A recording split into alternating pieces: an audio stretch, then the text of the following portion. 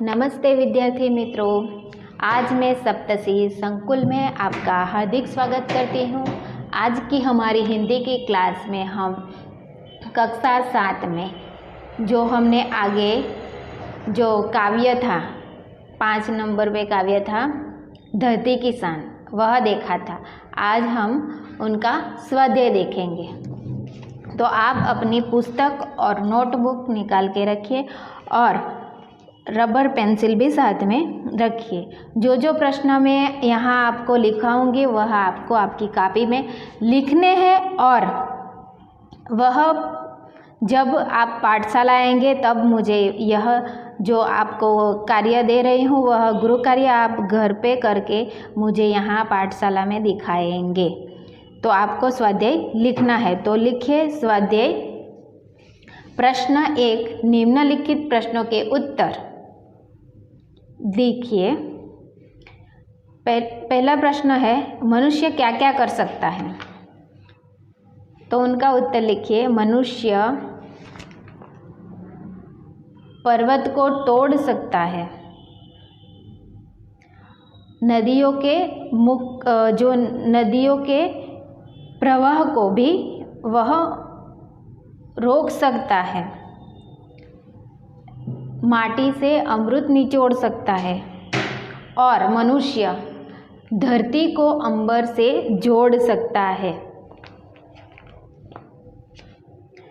ठीक है। अब दूसरा प्रश्न, मनुष्य युग का आह्वान कैसे कर सकता है? मनुष्य युग का आह्वान कैसे कर सकता है? तो उनका उत्तर लिखिए। मनुष्य में स्वयं भगवान बसते हैं। उनकी वाणी में, उनकी बोली में इतनी शक्ति है कि वह युग यानी के काल को भी परिवर्तित कर सकता है, उनको थाम सकता है। उतनी शक्ति मनुष्य में है। तीसरा प्रश्न, यदि हिम्मत से काम ले तो क्या हो सकता है? मनुष्य यदि हिम्मत से काम ले तो क्या हो सकता है? तो उसका उत्तर लिखिए। मनुष्य अगर हिम्मत से काम ले तो वह काल को थाम सकता है,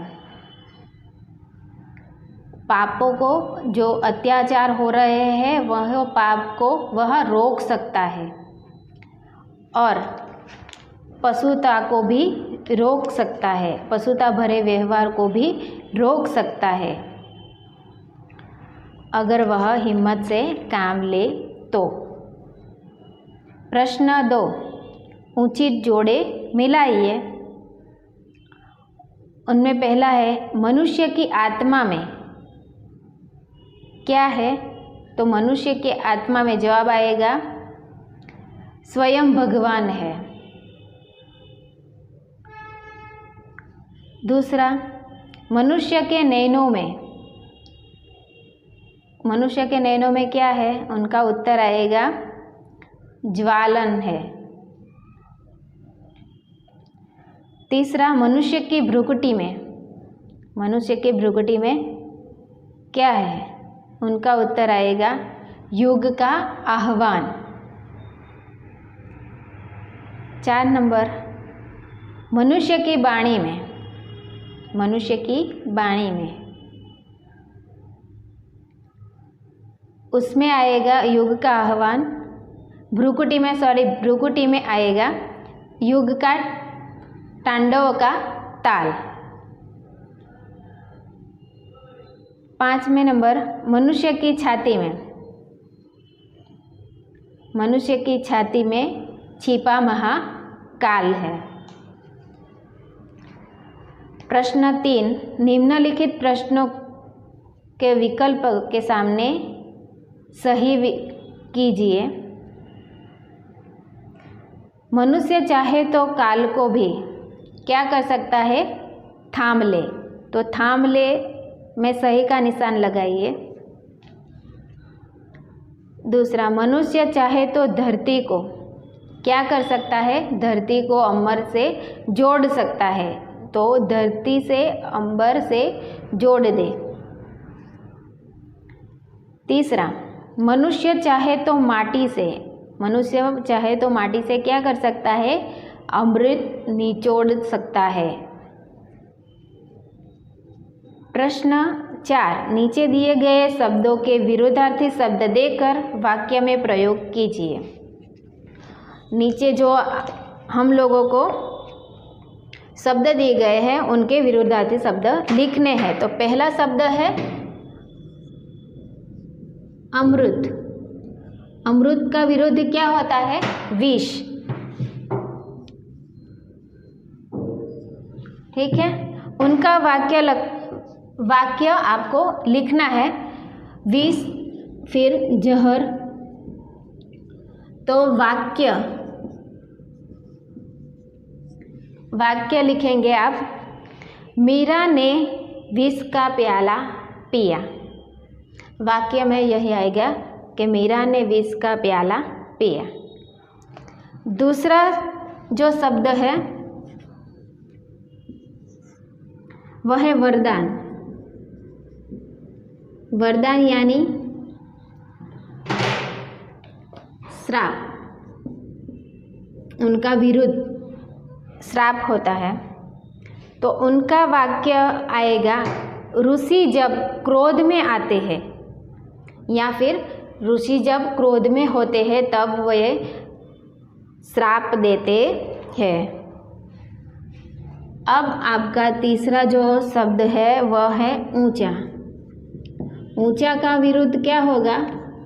नीचा। ठीक है, उनका वाक्य लिखना है आपको, शर्म से उसका सिर नीचा हो गया।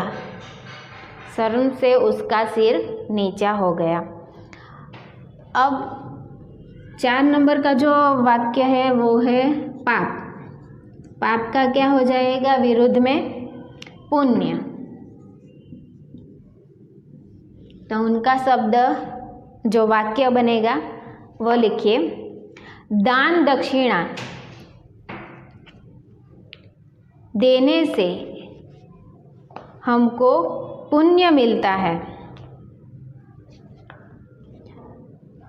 अब 5वें नंबर का जो शब्द है वह है जीवन। जीवन का विरुद्ध होगा मृत्यु। उनका वाक्य लिखिए, जिनका जीवन है उसकी मृत्यु निश्चित है। ठीक है, ये शब्द आपने लिख लिए।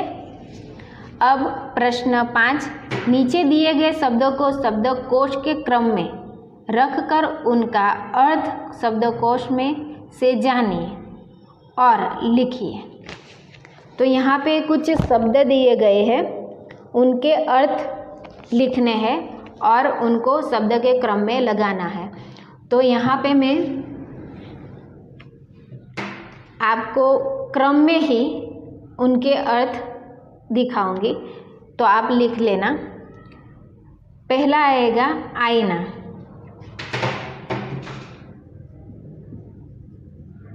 आईना, उनका अर्थ क्या होता है?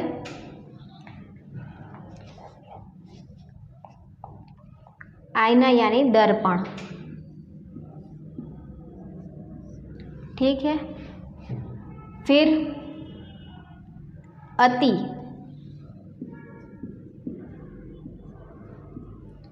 अति यानी कृति।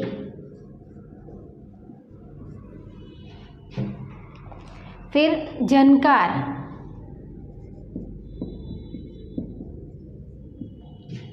पायल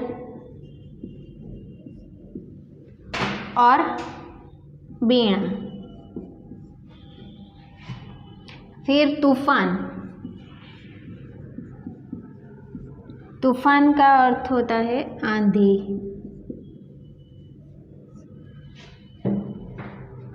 नयन। नयन यानी नेत्र।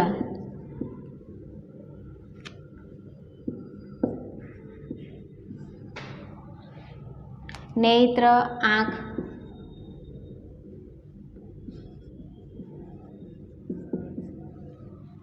ठीक है। वरदान, वरदान